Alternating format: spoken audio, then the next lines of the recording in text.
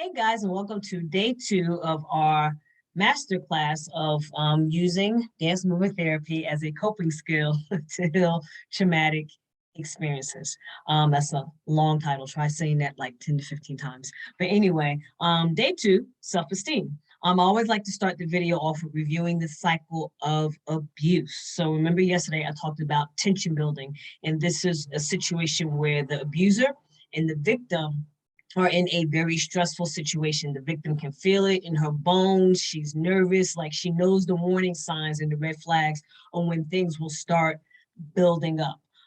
It's just like a boiling pot. You put the top on the lid and it begins to boil, and then pretty soon it spills over. So the spillover would be cycle 2 or phase 2, which is the abuse. And abuse can range from verbal, emotional, physical, sexual, financial. And examples of these forms when it comes to mental and physical abuse are mental and verbal or emotional abuse will be the abuser making threats. And again, the abuser, let me specify this very specifically. It can be male or female. Abusers aren't always male. They can be female. Females do abuse males. I just want to make that very, very clear. This is not a channel where it's just one-sided and it talks about males beating up women.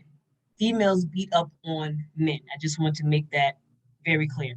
But anyway, so the second phase of the cycle is abuse, and it comes in the forms of threats or intimidation. With the woman, she can use manipulation as a tool of verbal abuse. If she doesn't get what she wants, she begins to demean the man's masculinity. Oh, well, you ain't crap. You didn't do this, and you should be like, what's the face down the street? He got money and he takes care of his wife and he take care of business, and you sitting up here doing nothing. You're just a bum. All you doing is working at the Wawa from 3 to 11, and you doing all this overtime. Where's the money? So she will berate the man's masculinity and what he's trying to do. Now he's busting his behind to try to uphold and support the household, but because she wants to live that lavish life or she's not satisfied, she will manipulate and demean him. Okay, so that's just an example. 3 would be the honeymoon phase. So after the abuse, it spilled over, it exploded, and the abuse happened, the abuser will be nice, shower the victim with gifts, traveling, pampering, and everything else. They're doing all these niceties to get back in the victim's favor. And the last one is I call the calm before the storm. It'll be calm, it'll be nice, it'll be peaceful for a week, 2 weeks, 2 months, maybe even a year. But then again, it's called a cycle for a reason. So after the calm, there will be always something. There will always be something. I'll say it again. There will always be something to trigger the abuser to start the cycle again. So again, it's the tension building. And again, I can't say enough. The victim feels it in her bones, or he feels it in his bones, and he knows the signs and the red flags of it's going to start all over again. So whatever is triggering a stressful situation and causing the victim to be on pins and needles, okay, that's the tension building. So it's tension, abuse, honeymoon phase, and the calm. The reason why I do this because when we're dealing with low self-esteem, so my question is, what events, what words cause that person to start doubting themselves? What moment caused the person to stop believing in them best selves and who they are, okay?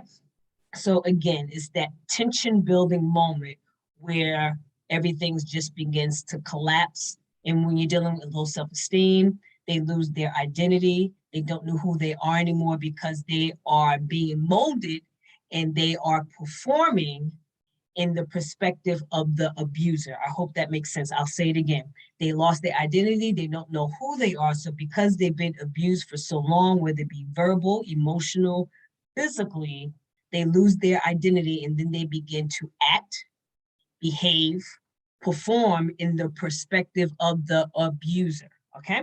So again, what was the triggers? Number 2, body scan. How does it feel? Where is it in the body? Always starts with the thoughts. It's a mental thing, self-esteem. You're constantly thinking about these negative distortions of who you are. You're no longer positive. You was here, you were king, you were a queen, you were your best self, you was killing the game, you were on it. When you met the abuser, now you're down here. You're the scum of the earth. You can lick my boot heels. You can eat the crumbs off the table that falls on the floor. You mean nothing. You're worthless. I was here killing the game. Now I'm below the totem pole. I don't even exist. I'm like the little parasites that's on the ocean sea floor. Like I'm nothing. I'm a parasite. Okay. So how does that feel? His feelings of sadness. And these are emotions that I'm naming. Sadness, anger, tired, fear. Fear comes in when you're afraid of letting the abuser down because you're craving that affection and that emotion and you want to win their approval. So when you have low self-esteem, you will sacrifice yourself to do anything to get the abuser's love and affection. Feeling inadequate. What are examples of low self-esteem? A lot of people don't know this or don't even notice it or recognize it. Lack of self-trust. You don't trust your gut anymore. You're constantly comparing yourself to other people. I wish I was that person. They got the money, they got the life. You believe that the grass is greener where they live at. But you don't know what they're going through behind closed doors. So you paint this illusion that they have this better life than you. So another one is people pleaser. You don't know how to say no. You say yes to anything. They take advantage of you. They treat you like crap, but you got to please them. Okay. That is a sign of low self-esteem. People pleasers. Little control over your life. You are a slave to people's opinion. You are a slave to social media and anything that is posted. Whatever is posted, you go along with it. The sky is red. Okay. The sky is red. For today, that's what I'm doing. Tomorrow, the sky is green. Okay, today that's what I'm doing. So hey, what are they saying about this? Maybe today I should eat a lot of vegetables, and you know what? I'm going to be a vegan. Next thing you know, next day, well, meat is the way to go. I'm going to eat a lot of meat. Next day, oh, the keto diet. So you're all over the place. You have little control over your life. You are allowing people's opinions, social media's posts to dictate how you live, how you are. Okay. You don't reinforce boundaries. You don't know how to say no. People pleaser. Don't know how to say no. Don't know how to say stop. Don't know how to stop people from getting in your personal space. And these are all signs of low self-esteem. Now, on the opposite side of the spectrum, the person can be a bully. They're constantly lashing out and fighting people. They don't know how to take criticisms, positive ones. So they're always on the defense, or they always have to prove themselves by being on top, by putting people down. That's a sign of low self-esteem. So they claim that they're confident and in their arrogance, and you know that they're better than people. That is a sign of low self-esteem. Be careful. I just gave you a warning. I gave you a clue. So if you know somebody like that, that's always tooting their horn and they're on top of the world and they're thinking that, oh, they're confident, and no, they're arrogant and they're low self-esteem and they're trying to prove something to somebody because they have daddy issues or mommy issues. I just gave you a clue. The last one is anger. They're so angry at the world because they have a hole inside of them that needs to be filled. They don't know how to fill it. So they're angry all the time. These are signs of low self-esteem. 3, coping skills. So again, I'm going through the steps on how you can raise your self-esteem or what to do using movement. If you have low self-esteem, how can you build it up? Coping skills. What I find most creative as a therapist and working with victims, I love this tool. I remind my victims, hey, what are your strengths? A lot of times they, in the blur or in the fog, they don't know, they forget. It's there, but because they've been in survival mode for so long and they're trying to get out of that environment, they lose perspective of their identity and who they are. So I asked them, what are their strengths? Well, what do you mean? And I'll give you an example. You can write this down. I'm going to go very slow. Wisdom is a strength. Being empathetic, being able to fill out people and empathize with their situation. Loving, being caring, being spiritual. You're smart, creative. You're a hustler. You do whatever to get it done to get to your goal. If you got to work 2 to 3 jobs, you got to do some online stuff, sell stuff, you're a hustler.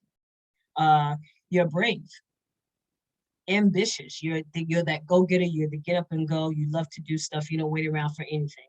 Athletic. You have a sense of humor. You're funny as hell. People laugh at your jokes. You're funny. You're a leader. You're independent. You're flexible. And the last one, you're confident. So these are examples of a person's strengths and what they display. Part two of coping skills. When do you utilize these strengths? Do you use them at work? Do you use them when you're talking to your friends? Do you use it when you're creating stuff or when you're writing? There are times and areas in your life that you have all these tools and these strengths that you do use them, but you're not aware of it. So ask yourself, when do I use it? Place, with the person, how do you use these? No, when, I'm sorry, when do you use it? Like I said, at work, with your friends, and what are you using? How are you with your friends? Are you giving them advice? Are you using wisdom? When you're at work, are you a leader? Do you have ideas that people love? Like, hey, that's a good idea. We should go for it, and it works. So when are you using your gifts? Last one is, how can you use these strengths to build your self-esteem and stand up against your abusers? So again, how? You're in an abusive relationship, you're looking for a way to get out. Wisdom says, hey, why don't I call a domestic violence support group? Or, hey, why don't I look for a legal advocate to help me get the hell out of the situation? Wisdom says, let me use my support group, my friends, to help me start making a safety plan to leave my situation. That's wisdom. How are you using your strengths? Being creative. You don't have the money to get out of your situation. Financially, you are broke. Wisdom says, hey, I can make some hats. I can knit a scarf. I can start selling stuff. I can make cards. How can I do it on the side where my abuser doesn't know that I'm making money on the side? Wisdom says, how and where can I stash the cash? So wisdom, and you're being a hustler because you want to get it done, and you're being independent. So those are examples of how I can use my strength. So I'll do it again. Wisdom, how can I get out of this situation? All domestic violence support group. Let me know that I'm not the only one going through this. I'm not crazy. I am not alone. Look for a legal advocate. Ask them about how I can start safety plan. Use your friends. Wisdom. You have the strength. Everybody has it. You can use it. Again, hustler. You're creative. Hey, I'm being financially abused. I have no money. He's constantly taking my money. How can I get out here and create a buck for myself? Can I knit? Can I write? Can I paint? Can I take pictures and do something to gain a stash for yourself to get the hell out of that environment? So you're a hustler. You're learning how to be independent, and those are strengths. So again, how can you use it to build your self-esteem, to stand up to your abuser, and to let him know, hey, you're a liar. All these years you told me I couldn't do such and such, but I can. And as a matter of fact, you don't even have to tell them. Do it behind, or her, do it behind closed doors when you have that secret time, that place, and start planning. Financially, if you don't have the money, always make a plan to build yourself up, because the goal is to get you out of that situation. So again, you're using strengths to build your self-esteem and to stand up to your abuser, either in a direct way or in an indirect way. And I want to say this, I say all the time in my videos, depending on the severity of the abuse. I'm not saying get out here and all of a sudden be Wonder Woman.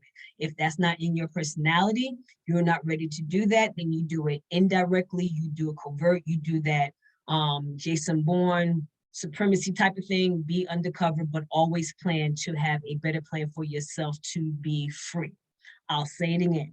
I'm not saying get up here and stand up toe to toe with your abuser, where it gets to a point where the abuser is angry and can physically hurt you and put you in the hospital. I'm not saying that.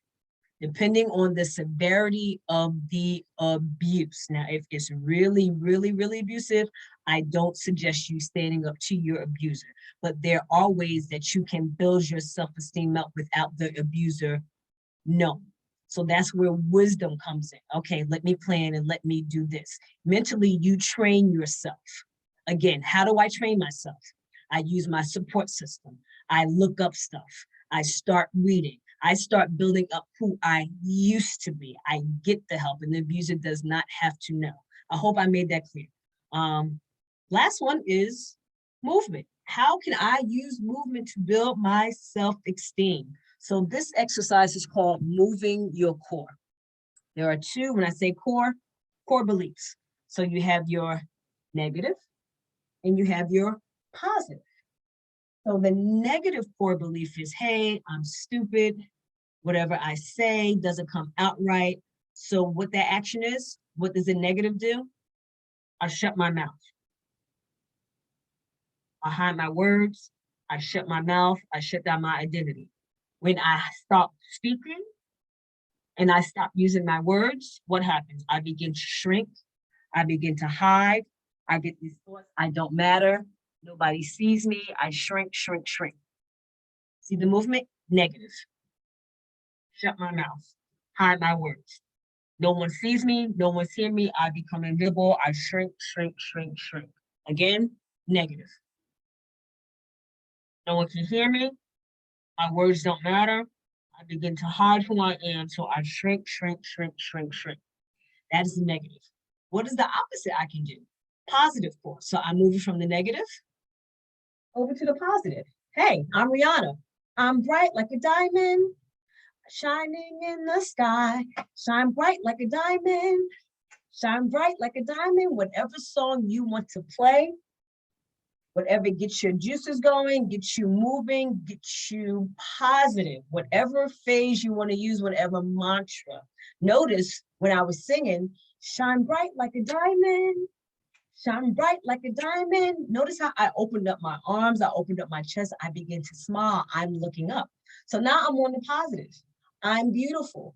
I am somebody. What are my actions? I'm moving, I'm snapping my fingers. Hey, oh, I'm happy, I'm smiling. So I'm opening up, opening up. Another thing you do, open up your whole body, expose myself to the world. Shine bright like a diamond, shine bright like a diamond, like diamonds in the sky. And you can do that. Ready? 1, 2, 3. Shine bright like a diamond, shine bright like a diamond, shine bright like a diamond, diamond in the sky. Okay, so that is my positive core. I hope you notice the difference. Negative, shut my mouth, hide, hide, hide, hide, hide, invisible. Whoop, positive, shine bright like a diamond in the sky. I love that song. I love Rihanna. I think she's the coolest person in the world. But whatever artist that you have, whatever song that's a good go-getter for you to get your juices flowing, to remind you of your happiness, of you flowing, of being powerful, of being on top of your game, use that, okay? So that's what is called moving the core. You move from the negative to positive. Another one movement is called building the scaffold. So with that exercise, building the scaffold, you are building up evidence against the negative. So the negative was, I'm worthless, I'm nothing. So I shut my mouth and I hide. Hey, who told you that? What evidence do you have to prove that you're not dumb? I'm educated. I got a degree. I'm good at my job. I got a promotion. I'm beautiful. My friends tell me all the time. I have an aura that attracts people, that appreciates who I am and my value. I'm beautiful. I'm educated. I'm creative. I can create stuff and make money. I'm an entrepreneur. I'm a hustler. I have an aura that draws people out who appreciate who I am. I am beautiful. I have a support system. So notice I'm building the scaffold. It's going up, up, up, up, up. These are my building blocks, my evidence. I'm educated. I'm a writer. I'm a hustler. I'm an entrepreneur. I have an aura that attracts people and they appreciate who I am. I'm smart. I just got a promotion on my job. My boss loves my idea. I'm a leader. I'm a go-getter. So notice if you have all this evidence of stuff that you used to do, hey, go, if you went to school and you were a straight A student, pull that stuff out, baby. You didn't cheat and just go off somebody else's stuff. You did this yourself. You worked hard. If you are in the education system and you went to college and you got your degree, you went to school, pull those bad boys out, remind yourself, I worked damn hard for what I did. I'm not stupid. I'm smart. Here's the paperwork to prove it. Here are the grades. Hell, here's my GPA. I passed. I graduated. So what? It wasn't a perfect score. If it wasn't a 4.0, who cares? You still graduated. You put in the work. You did it. You have the paperwork. You have the evidence. Your job, if you're not in school, use your job as an example to remind yourself that you're smart. Your boss gave you a promotion.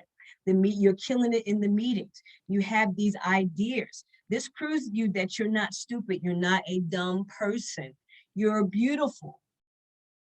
People give you compliments all the time. They tell you about your aura, how you bless people, how you're helpful.